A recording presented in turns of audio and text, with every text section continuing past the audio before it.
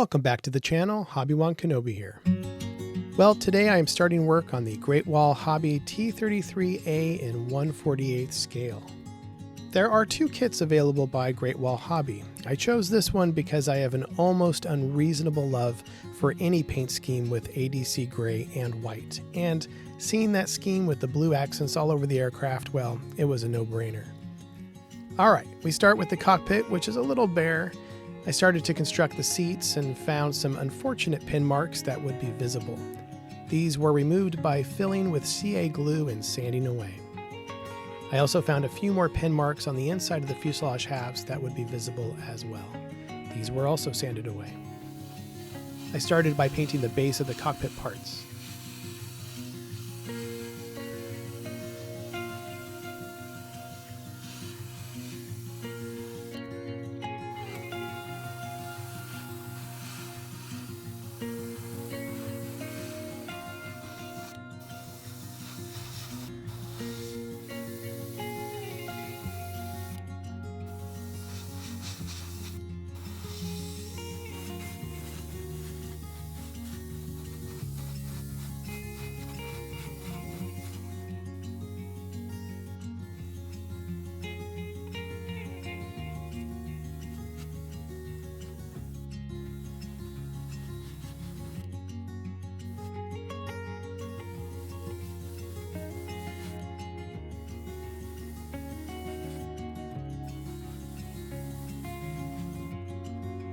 Next, it was time for the usual oil wash made from Winsor & Newton Artist Oils.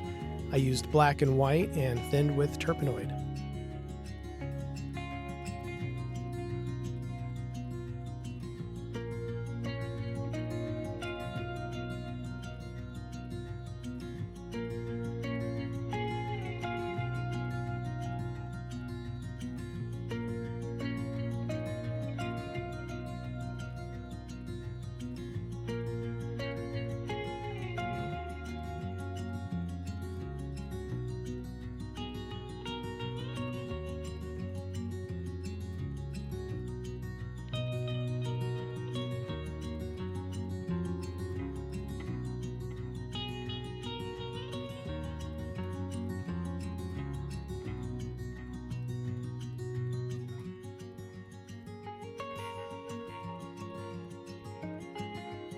The dried wash was removed with a soft brush and Q-tips.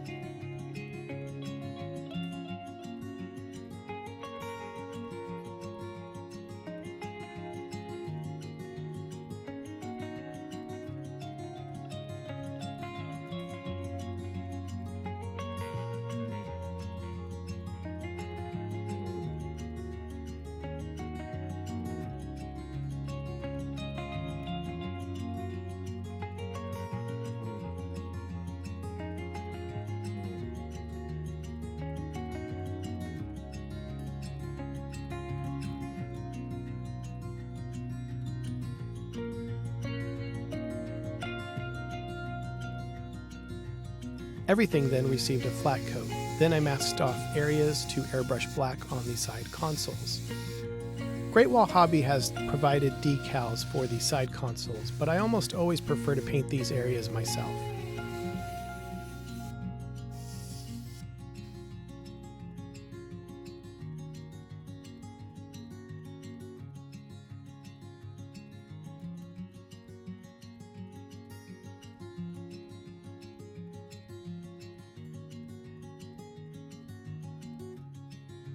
Black paint was brushed on the raised dial covers on the control panels.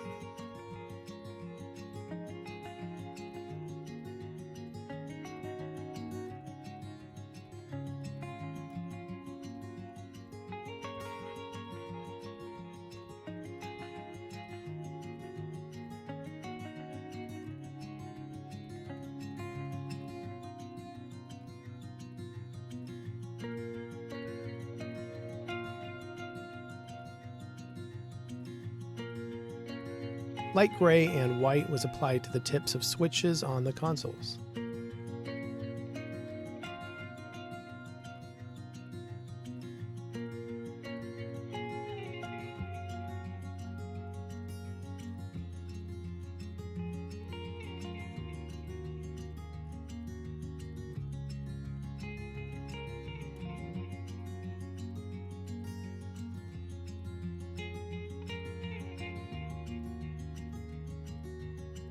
I'm going to stop for a second and talk about the control panels for just a moment. Each control panel is built up with a front piece with holes for the dials, a back piece, and a decal. Though I see how this method seems like a good idea, I did encounter two problems. First, the thickness of the front piece ended up being far too pronounced, and the dials behind it were lost almost completely. If I were to build this kit in the future, I would spend time thinning the front piece from the back side to remove more material. The second problem was that this creates a seam from between the front and back piece of the rear control panel, which needed to be filled, sanded, and repainted to make the panel appear as one piece. Despite these good intentions by the manufacturer, I believe these solutions caused more issues than necessary.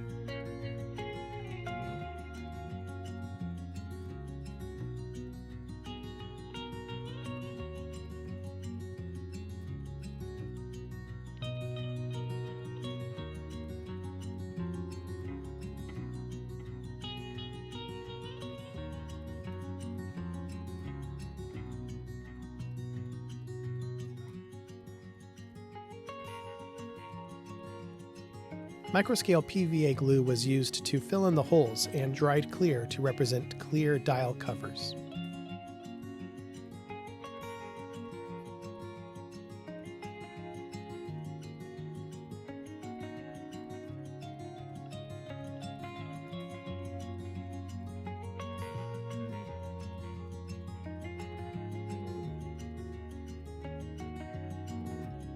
Fitting the fuselage halves together revealed that the ejection seats could be glued in the cockpit later in the build.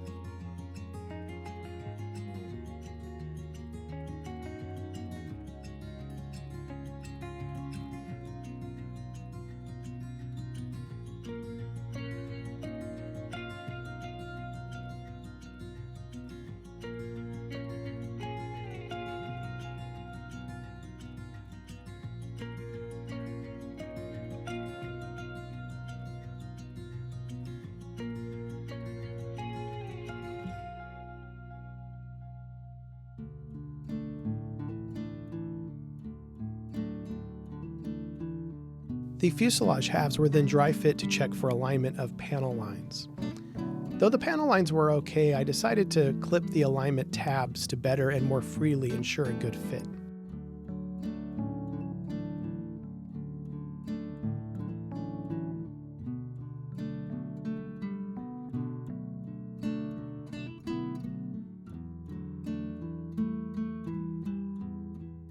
Tamiya Extra Thin was used to mate the halves, and some thin CA was dripped into a few areas to ensure good strength.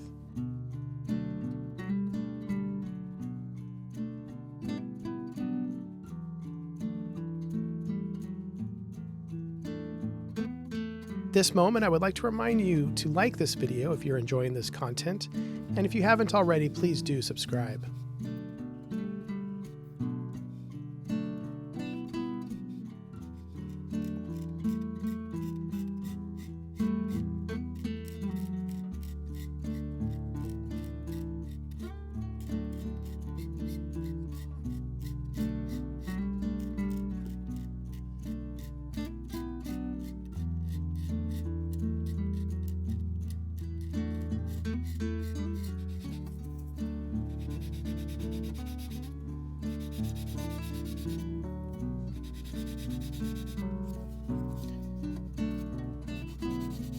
Next up, I removed the seam along the fuselage and quickly moved to get the wings ready. The wings did fit beautifully against the fuselage.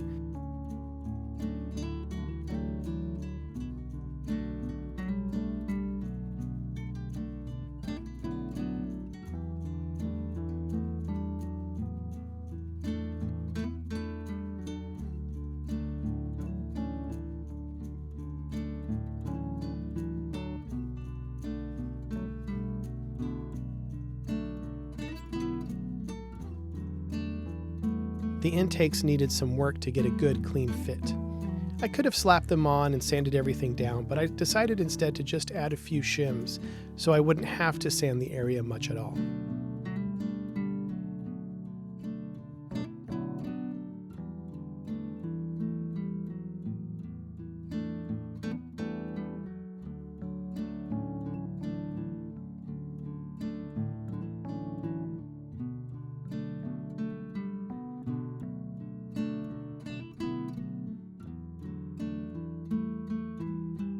I've always wanted to try to thin the backside of vents and open them up.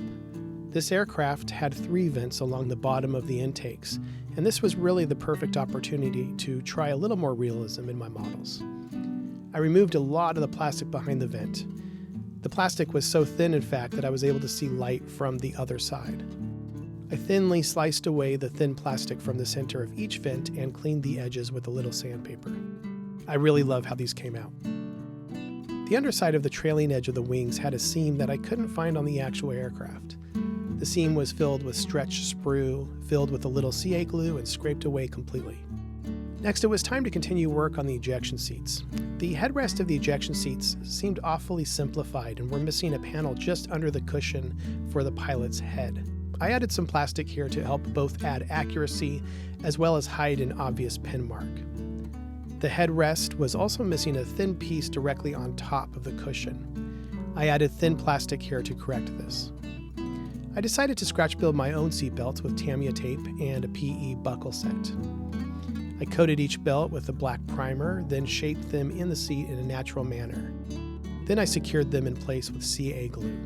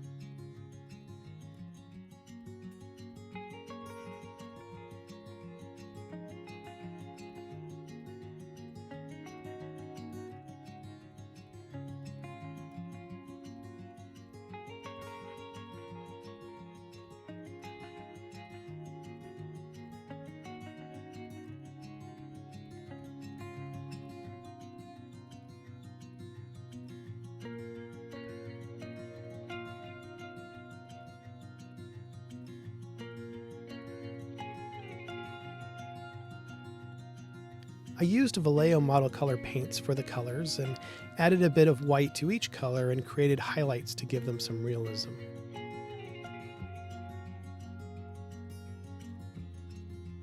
I am very pleased with how these turned out.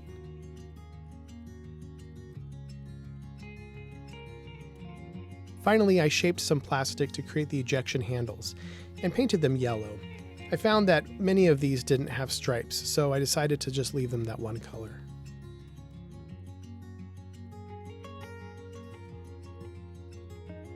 Now that construction is complete on the main body of the aircraft, I can begin painting. I start first by spraying Tamiya flat white over much of the model. The fuselage, stabilizers, and wing tanks all receive the white color.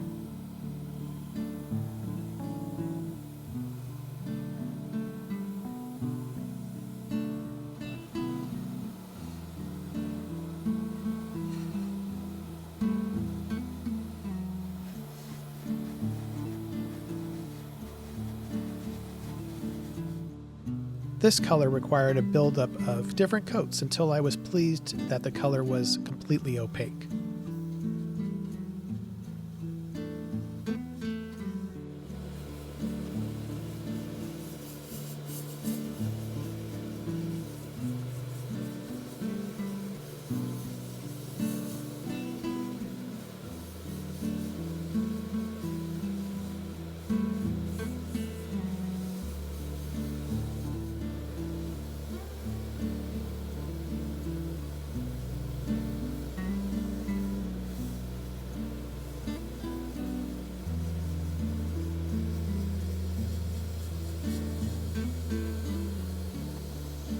Next, I masked off the white areas in preparation for the ADC gray.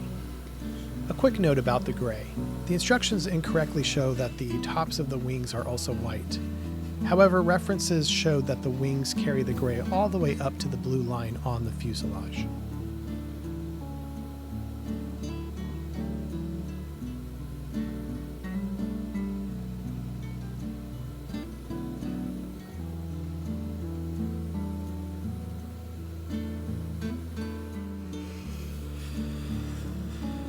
The ADC gray was made by mixing the following Tamiya colors: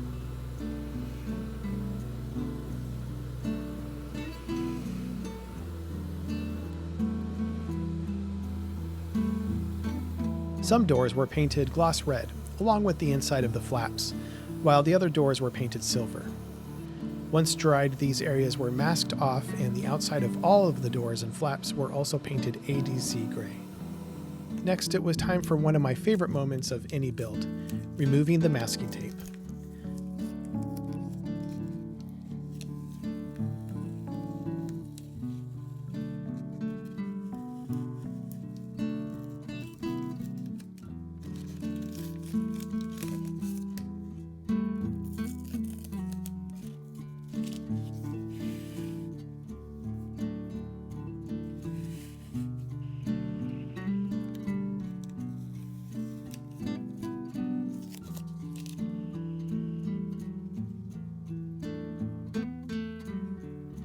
Contour tape from Tamiya worked like a charm.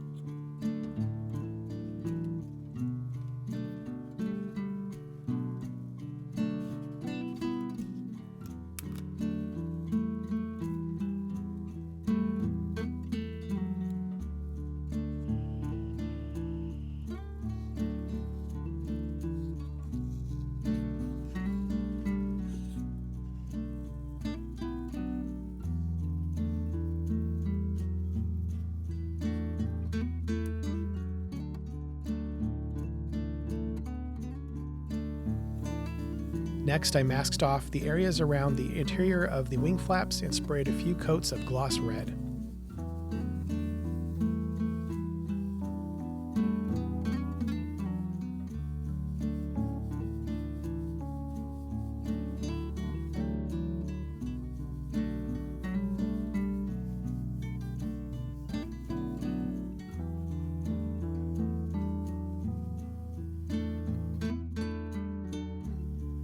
I took time to spray from several angles to ensure the paint reached the tighter spots.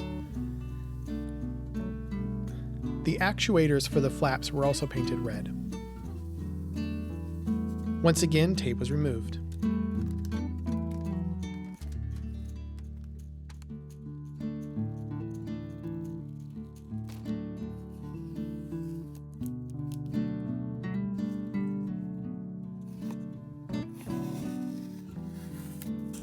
Next, tape was used to expose the wheel wells. These were painted in interior green. This was a mix of green and yellow.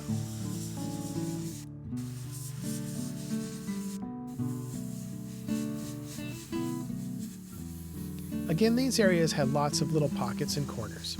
Airbrushing from different angles helped ensure good coverage. Once dried, the tape was removed.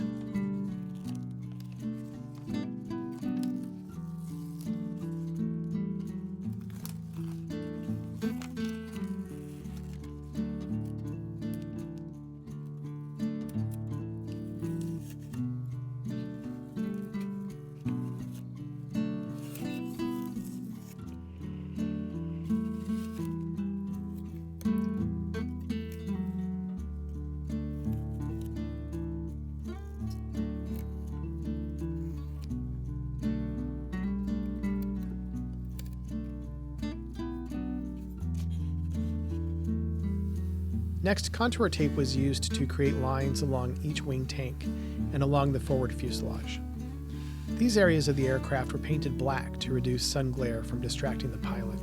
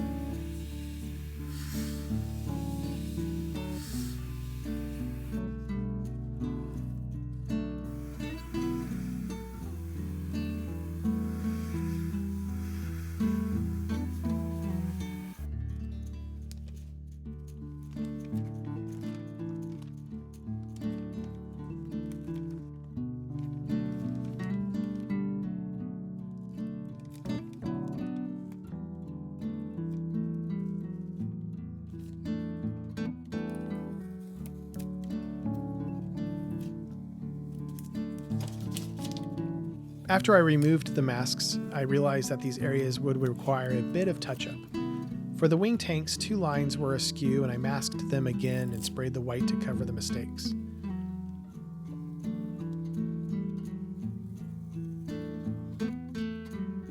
Once I was satisfied with the paint job up to this point, I sprayed the entire model with coats of Mission Models gloss.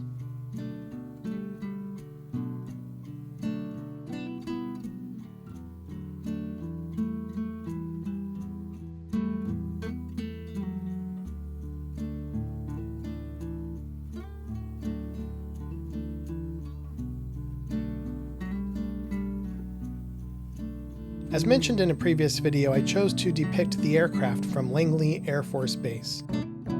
I've always loved the early jets in white and ADC gray. Before I finish up the aircraft, I thought I would take some time to review the work on this model. The model offered decals for the side consoles and the cockpit, but I opted to paint these areas. Work then began by painting the interior of the cockpit parts.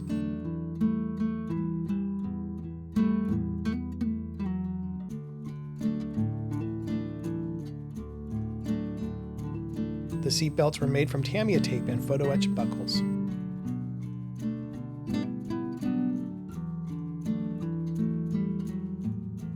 After the cockpit was painted, the fuselage halves were glued together and seams were cleaned up or removed when appropriate.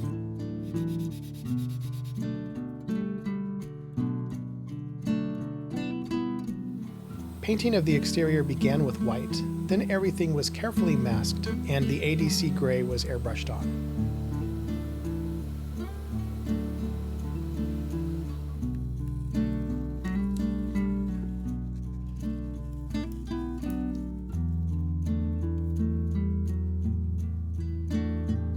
Various portions of the underside were masked and painted, and the wingtip fuel tanks were masked.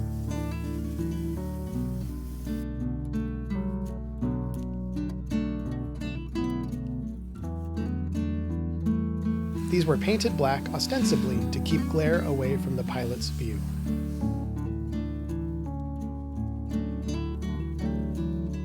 The model then received a few coats of Mission Models gloss.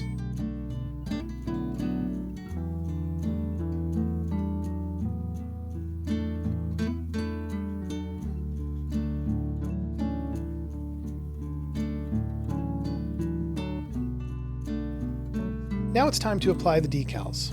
I was very concerned that the blue stripe along the aircraft would cause some problems, either by being too short or not wrapping well around contours and other details. The stripe ended up being the right length, but the wraparound at the nose didn't work. I opted to cut the decal shy of the tip and deal with the rest of the line at another time. I would recommend not applying any of the red walkway stripes as they simply didn't fit. I ended up masking off these areas and airbrushing them. Once the decals dried, I applied another coat of Mission Models gloss. Next, I began removing the masking tape.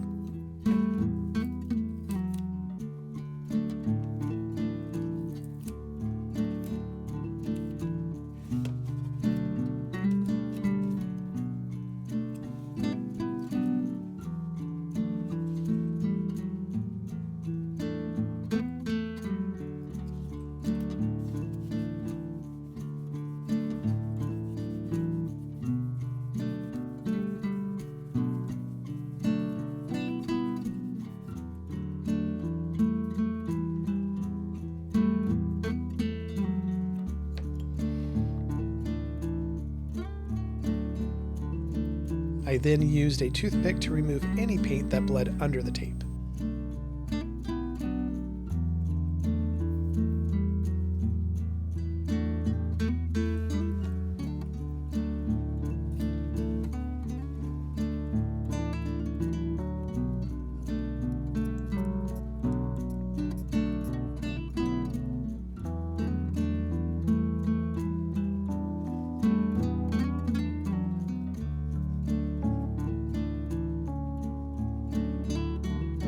Next, I applied a wash in only a few small areas of the model.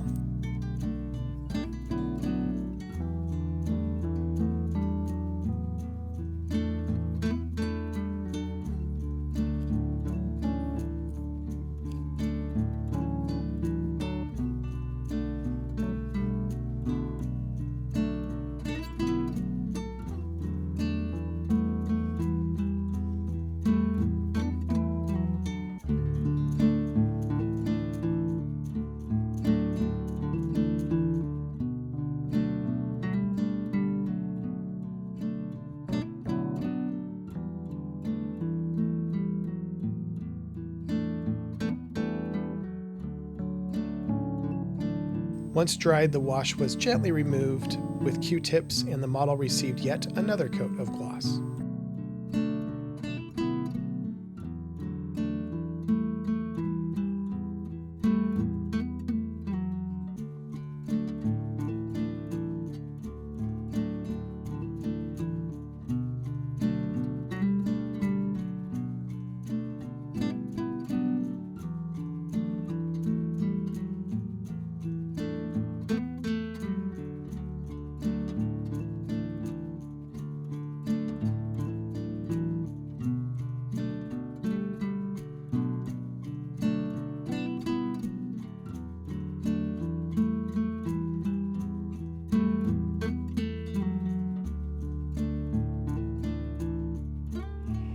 I was finally able to remove the masking from the cockpit.